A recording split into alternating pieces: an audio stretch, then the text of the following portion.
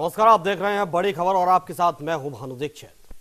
2019 के लोकसभा चुनाव के लिए अब कुछ ही महीने बचे हैं। ऐसे में केंद्र की मोदी सरकार को हराने के लिए विपक्षी पार्टी एकजुट होकर एक साथ मंच साझा कर रहे हैं। दरअसल पश्चिम बंगाल की राजधानी कोलकाता में सीएम ममता बनर्जी की अगुवाई में 20 विपक्षी दलों ने ब्रिगेड मैदान में संयुक्त रैली की, जहां 8 लाख से भी ज्यादा लोगों की भीड़ देखने को मिली। ऐसे में इस भीड़ के जरिए ममता बनर्जी ने मोदी सरकार को संदेश देने की कोशिश की है कि इस बार के लोकसभा चुनाव में मोदी सरकार की हार है। वहीं सभी तमाम बड़े नेताओं ने मोदी सरकार पर जमकर निशाना साधा है। तो वहीं प्रधानमंत्री नरेंद्र मोदी ने दादर एवं नगर हवेली की राजधानी सिलवासा में ममता बनर्जी पर पलटवार करते हुए कहा कि पश्चिम बंगाल में भाजपा का केवल एक विधायक है, लेकिन भाजपा के विरोध में देश के सारे दल इकट्ठा हो गए हैं, क्योंकि हम सत्य के मार्ग पर चलने वाले लोग हैं। इसलिए हमारे एक विधायक से भी ये लोग डर गए हैं। अब बड़ा सवाल ये उठता है कि क्या विपक्ष पार्टी की एकजुटता लोकसभा चुनाव में मोदी सरकार को हरा पाएगी?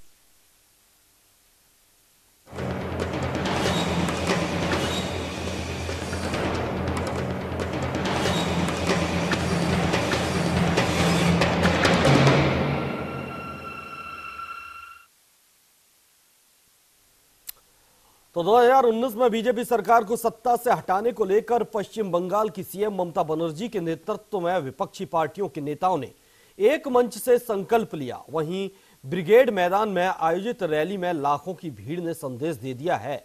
एक रिपोर्ट देखिए।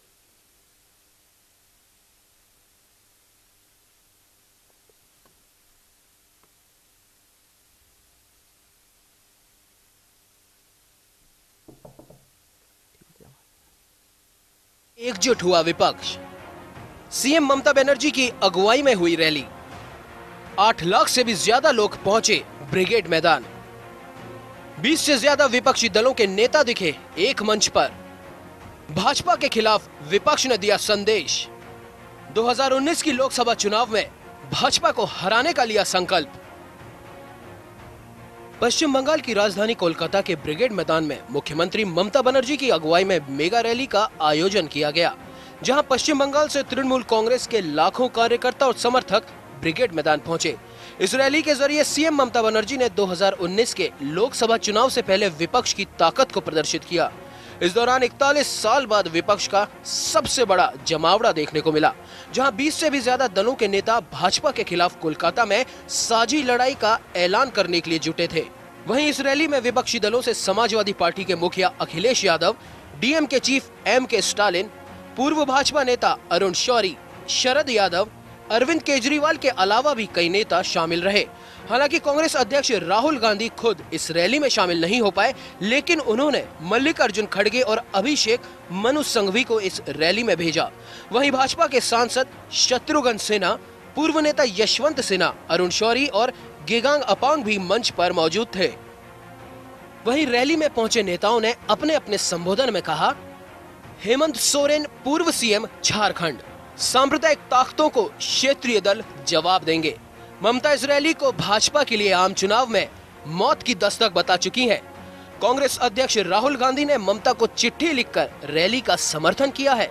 भाजपा की इस सरकार में दलितों और आदिवासियों का शोषण हो रहा है।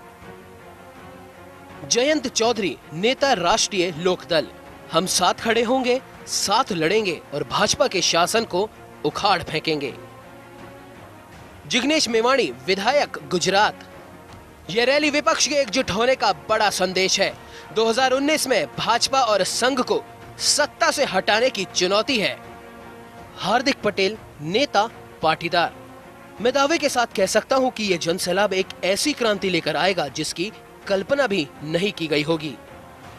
अभिषेक मनु संघवी, नेता, कांग्रेस, हम एक होकर एक नया भारत बनाएंगे। इसके लिए भाजपा को सत्ता से हटाना होगा।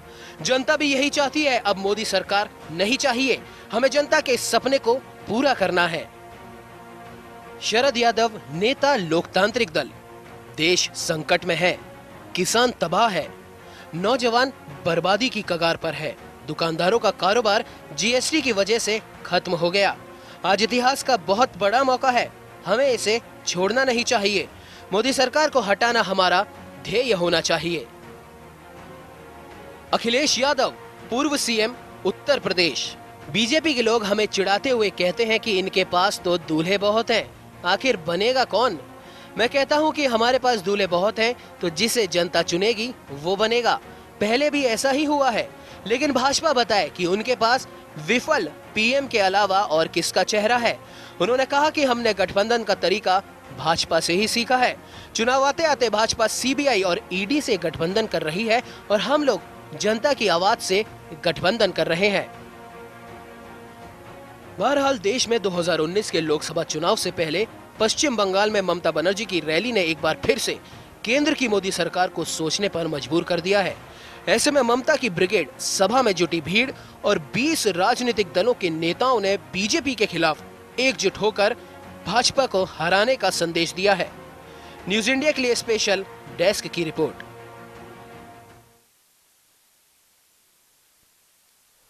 तो आज कोलकाता में ममता के महामंच से किस किस नेता ने क्या कुछ कहा है, आइए आपको सुनवाते हैं।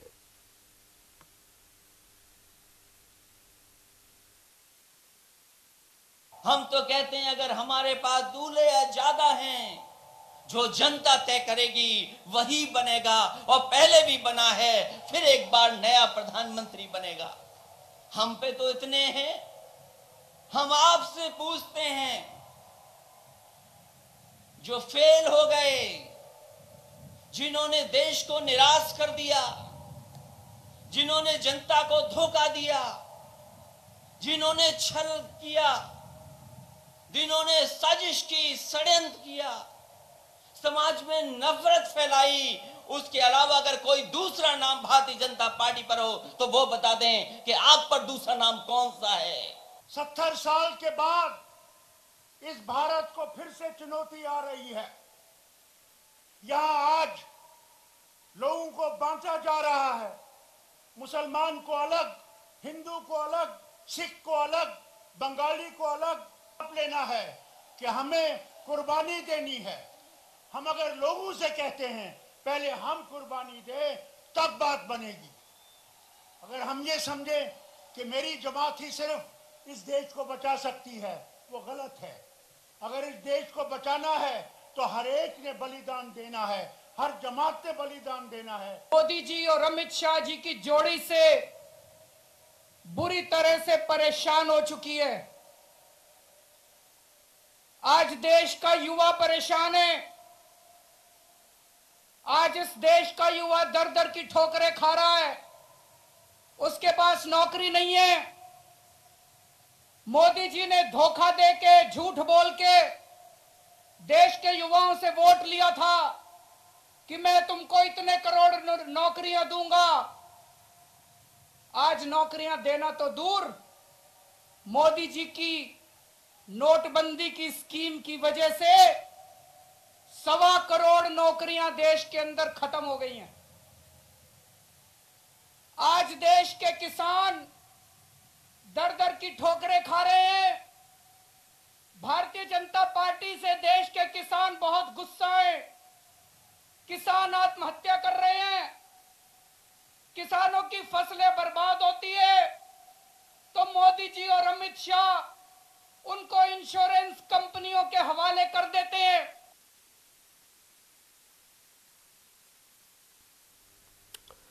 तो कोलकाता में ममता बनर्जी के महामंच से सब पूरा विपक्ष एकजुट दिखाई दिया। 17 पार्टियों के करीब 20 से ज्यादा दिग्गज नेता यहां मौजूद थे। सभी दिग्गज नेताओं की एक ही मंशा, एक ही आवाज, मोदी को हटाना है, बीजेपी को भगाना है, नया पीएम लाना है।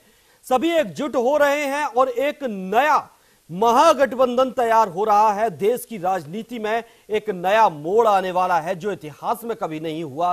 शायद वो इस बार होगा या नहीं, ये तो भविष्य तय करेगा।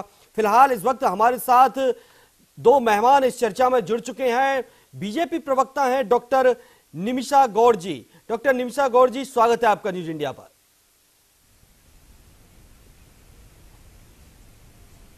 इसी के साथ संगीता गर्ग भी हैं हमारे साथ, प्रवक्ता कांग्रेस हैं। संगीता जी, स्वागत है न्यूज इंडिया पर। धन्यवाद, नमस्कार। निमिषा जी, पहला सवाल आपसे, क्योंकि पूरा जो ये मोर्चा है, पूरा जो विपक्ष है वो बीजेपी के खिलाफ लामबंद हो रहा है। पूरा ये जो गठबंधन बन रहा है बीजेपी को हटाने के लिए, मोदी जी को हराने के लिए, प्रधानमंत्री नया बनाने के लिए एकजुट हो रहा है। क्या लगता है बीजेपी को कितना असर इस बार पड़ने वाला है?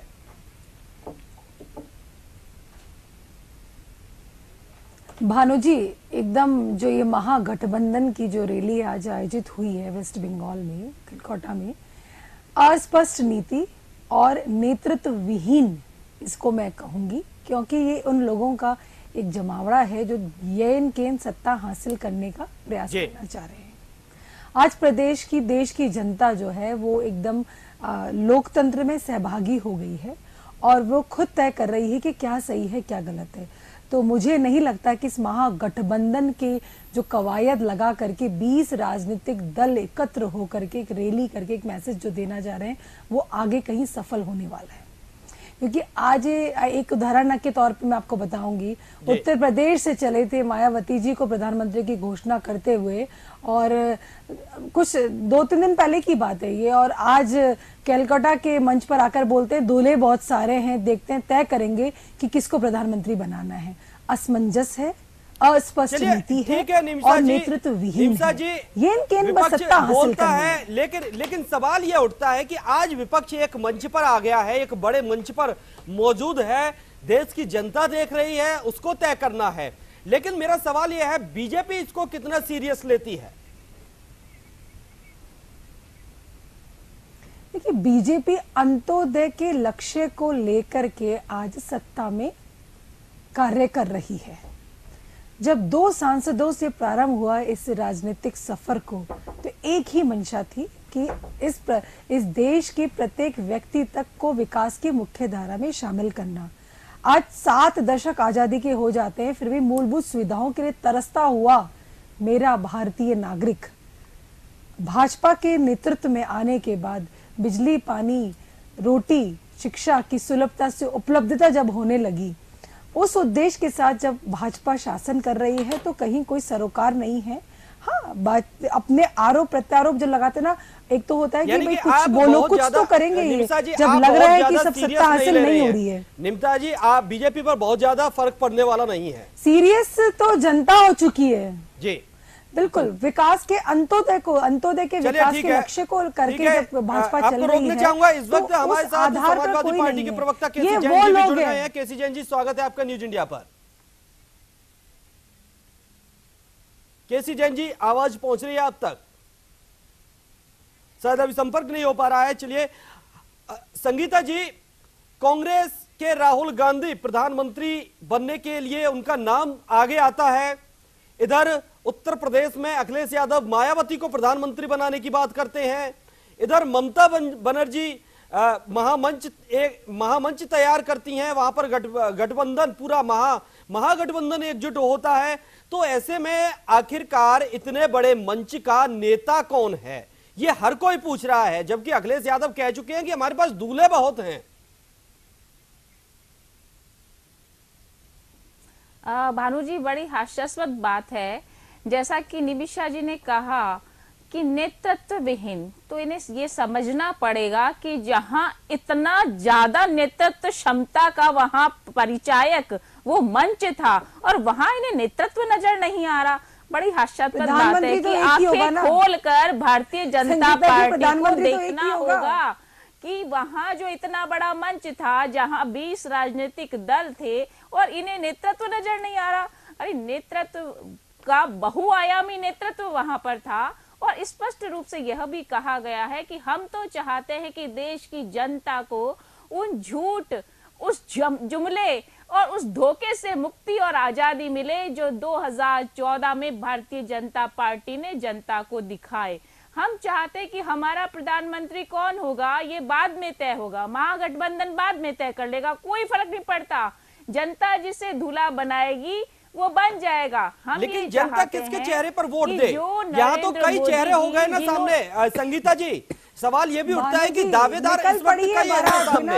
एक तरफ राहुल गांधी हैं, उत्तर प्रदेश से मायावती हैं, भानु जी, इधर ममता बनर्जी भी हैं। भानु जी, मैंने आपको कहा बिल्कुल भानु जी, मैंने आपको भानु कहा जी, कि बिना जो हमारा बिना ध्येय दूल्हे की बारात है है, ये। जो हमारा उद्देश्य है, वो है जनता को उस झूठ और जुमले और धोखे से छुटकारा दिलाना, मुक्ति दिलाना, जो 2014 में जनता को भ्रमित करने के लिए किए गए। जनता से हम पूछना चाहते हैं, उन 10 वादों का आप जवाब दे दीजिए जो जनता से आपने करे थे। अरे हम तो क्या, आपके सहयोगी दल, आपका जो सहयोगी संगठन है आरएसएस, वो स्वयं आप पर आरोप प्रत्यारोप पर प्रश्न चिन्ह लगा रहे हैं। वो कह रहे हैं कि 5 साल में आपने जो राम मंदिर का वादा किया था वो आज भी पूरा नहीं कर पाए। हम तो जो विपक्षी है वो तो कह ही रहे हैं, लेकिन आरएसएस भी इन पर सवाल खड़ा कर रहा है। और आपने उस मंच पर देखा कि शत्रुघ्न सिन्हा जी, अरुण शौरी जी, इसके साथ ही साथ जसवंत सिन्हा जी, ये और भी जो बहुत लोग हैं जो भारतीय जनता पार्टी की कार्यप्रणाली और जन विरोधी नीतियों को भली भांति समझते हुए आज मैदान में खड़े हैं। किस लिए खड़े हैं? कि जनता को वो चीज जो ये नहीं दे पाए। और अभी निमिषा जी कह रही थी कि चलिए संगीता जी, लेकिन ये बता दीजिए, अभी भी तो विपक्ष शासन किया है। हम एग्री करते हैं, हमने 60 साल शासन किया है, क्योंकि जनता ने हमें पुनः विश्वास, सहयोग और सत्ता सौंपी, तब हमने शासन किया। लेकिन आज जनता सिर्फ 5 साल में आपसे परेशान और हताश हो चुकी है। ठीक है। और जनता संगीता जी, क्या आपको लगता है कि पूरा विपक्ष एकजुट हो चुका है? राजस्थान, मध्य प्रदेश संगीता जी, छत्तीसगढ़ में जो रिजल्ट्स रहे जी, वो आपने देखा है। क्या आपको लग रहा है कि पूरा विपक्ष एक मंच पर आ चुका है, एक मंच पर एकजुट हो चुका है? जबकि कई ऐसे दल थे जो अभी भी आपके साथ मंच साझा करने से कतरा रहे हैं, सामने आने से कतरा रहे हैं, जिसमें लेफ्ट नहीं आया, बीजेडी नहीं आया, टीआरएस नहीं आया। तो जब ये लोग अभी भी नहीं पहुंच रहे हैं आपके साथ, तो क्या कैसे मान लिया जाए कि विपक्ष एकजुट हो चुका है? भानु जी, राजनीति में द्वार खुले होते हैं, जिसका जब जैसे बन पड़ता है। राजनीति में अपेक्षाएं और संभावनाएं हमेशा खुली रहती हैं, कहीं कोई ऐसा प्रतिबंध नहीं होता। और जब समय पड़ेगा, तमाम और भी दल हैं वो भी एक साथ होंगे, उनकी जो अपेक्षाएं हैं उनको ध्यान में रखते हुए वो भी दल साथ होंगे। लेकिन सबका ध्येय, उद्देश्य सब एक ही है कि हमें उन जुमलों से, उस झूठ से छुटकारा मिले और जनता पुनः विश्वास और सहयोग की राजनीति में भागीदार बने। ठीक है। वंदना सिंह हमारे साथ जुड़ गई हैं, इस वक्त समाजवादी पार्टी की प्रवक्ता हैं। वंदना जी, स्वागत है आपका न्यूज इंडिया पर।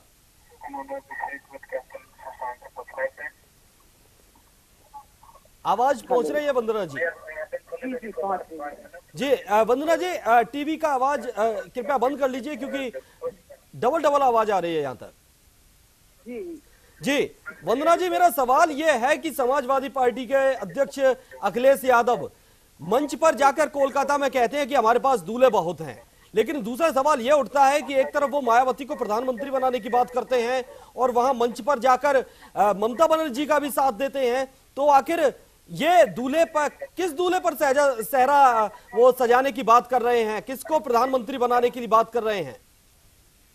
अभी हम लोगों ने पहले भी कहा, प्रधानमंत्री का कोई हमने चेहरा सामने किया ही नहीं। प्रधानमंत्री की बात कहाँ से उठ रही है? पहले तो आप विपक्ष की एकता देखिए, विपक्ष एक साथ खड़ा हुआ है और हम ये लड़ाई इकट्ठे होकर लड़ रहे हैं, और इसमें हमारा कॉमन गोल है जिसमें कोई भी संशय नहीं है। लक्ष्य क्या है इस गठबंधन का? लक्ष्य क्या है वंदना जी? इस गठबंधन का लक्ष्य ये है कि इस सांप्रदायिक सरकार को हटाना है। इन लोगों ने जितना जनता को बेवकूफ बनाया है अभी तक, डेवलपमेंट के नाम पे जीरो डेवलपमेंट है। सिर्फ इन्होंने हमें नारे दिए हैं और झूठे वादे दिए। जी आप कहीं भी देख, वंदना जी, अखिलेश यादव और मायावती उत्तर प्रदेश में गठबंधन करते हैं, एक नई शुरुआत करते हैं, तो क्या कभी भी अखिलेश यादव चाहेंगे कि ममता बनर्जी उनके कंधे पर खड़े होकर खुद को राष्ट्रीय नेता साबित करें, प्रधानमंत्री के लिए खुद आगे आए? देखिए, ये तो भाई आप लोग अभी अटकलें लगा रहे हैं, मैं अटकलें यहाँ नहीं लगाऊंगी। आपने सुना होगा आज इस मंच पे जितने भी नेता थे, जितनी पार्टियों के, सबने यही कहा कि हमारा गोल है इस सरकार को हटाना है। उन्होंने ये नहीं कहा कि हम प्रधानमंत्री के लिए लड़ रहे हैं, पद के लिए लड़ रहे हैं। ये बात की बात है, ये पहले भी हुआ है, चुनाव में हम उतरे हैं और कोई प्रधानमंत्री का चेहरा नहीं था। इसका मतलब ये नहीं है कि हमारे यहाँ बहुत काबिल लोग हैं, काबिल नेता है। जब ये चुनाव हो जाएगा उसके बाद बैठ के सब, यानी कि अभी कोई तय नहीं हुआ है, कोई चेहरा कोई तय नहीं हुई है ऐसी शख्सियत की जो प्रधानमंत्री के लिए आगे की जाए, जनता जिसके चेहरे पर वोट दे। बहुत शख्सियत है, सब अपनी अपनी पार्टी का प्रतिनिधित्व करेंगे। जब चुनाव खत्म हो जाएंगे उसके बाद बैठ के इसका निर्णय होगा कौन इसका। चलिए निमिषा गौड़ जी, सवाल आपसे कि अब बीजेपी इस महागठबंधन के बाद इस जो मंच आज साझा हुआ, जो रैली आज हुई, उसके तुरंत बाद एक बीजेपी प्रेस कॉन्फ्रेंस करती है और जनता पर भरोसा जताती है। क्या डर लग रहा है बीजेपी को? देखिए, जनता को समर्पित भारतीय जनता पार्टी की इस विकास यात्रा में पूरी देश की एकता के साथ, अखंडता के साथ, बिना समझौता किए हुए ऐतिहासिक निर्णय लिए गए हैं जो जनता के हितकारी हैं। कहीं पर भी विकास से, कहीं पर भी हितों से कहीं समझौता नहीं किया गया।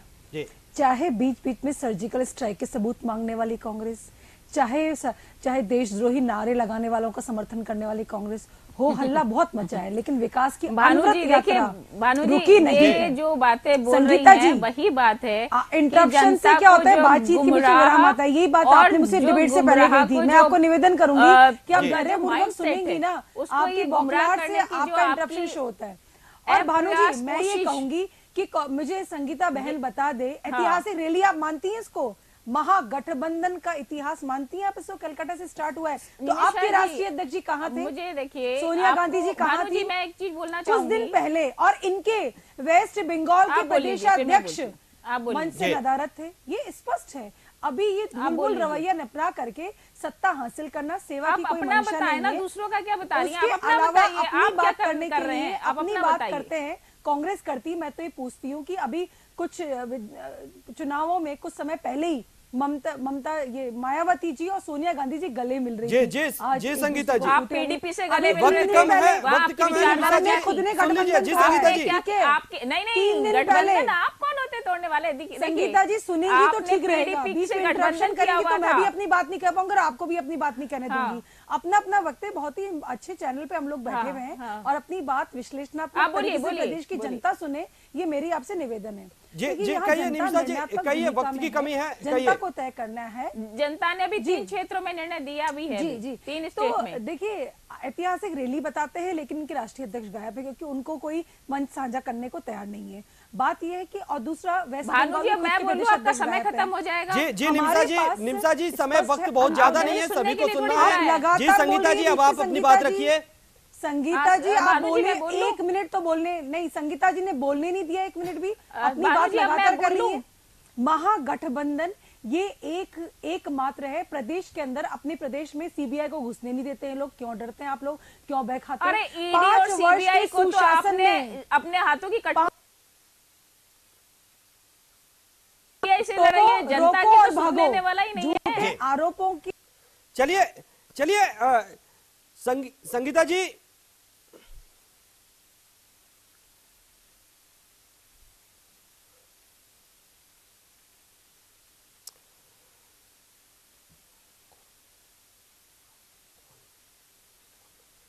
तो बता दें कोलकाता में विपक्ष की रैली में आज जी।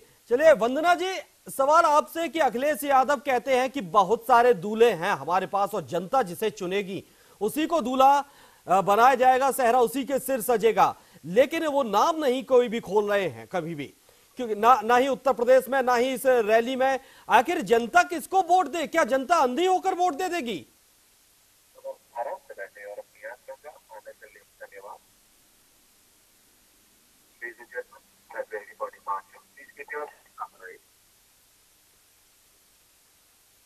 संपर्क नहीं हो पा रहा है।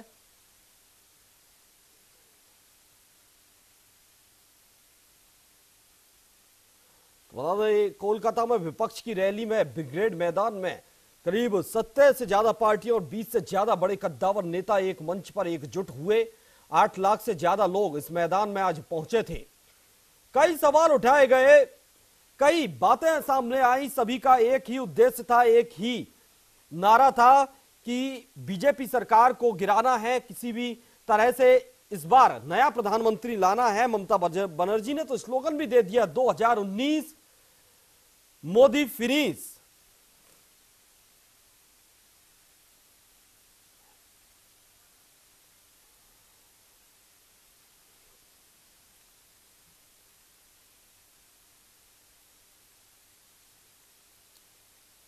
तो आज कोलकाता में एक मंच पर कई दिग्गज पार्टियों के दिग्गज नेता एक साथ नजर आए और एक सुर में सबने बीजेपी सरकार को हराने का मन बनाया। एक ही नारा दिया कि किसी भी हालत में बीजेपी सरकार को हराना है।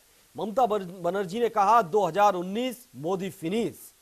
तो पूरा गठबंधन, विपक्ष एक हो चुका है, गठबंधन नहीं महागठबंधन बन गया है। अब यह भविष्य तय करेगा कि इस गठबंधन का रिजल्ट क्या आता है, जनता किसे चुनती है और इस बार लोकसभा चुनावों में किसकी सरकार बनती है।